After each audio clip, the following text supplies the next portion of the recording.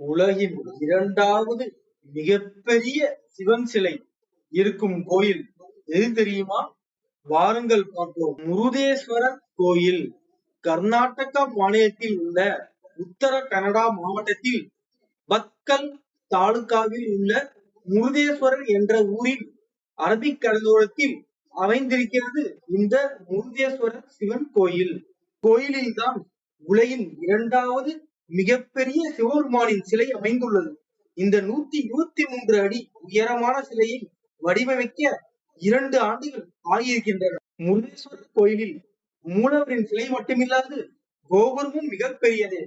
ஸ்ரீரங்கம் ரங்கநாத சுவாமி கோயில் கோபுரத்தை போன்றே மிகவும் உயரமானதாகும்.